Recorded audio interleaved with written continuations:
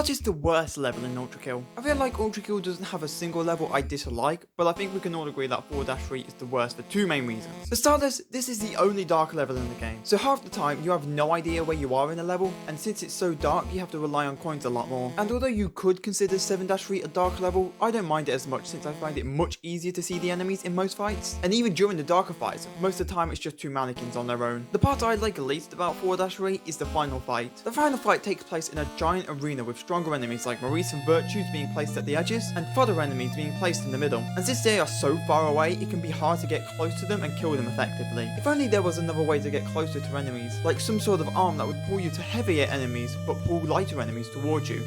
Wait a second! I find this fight a lot better if you have the whiplash, since it would not only make movement easier by grappling to faraway enemies, but the fight could also act as a better tutorial than the few enemies in 4-4. It would not only be a better showcase of how the whiplash works, it would also showcase what enemies are safer to grapple to. Grappling a Virtue would be safe since its beam attack would always miss, but grappling a Maurice would be dangerous since its barrage attack will most likely hit you unless you dodge. And I think this one change could really improve the level a lot. And now you know.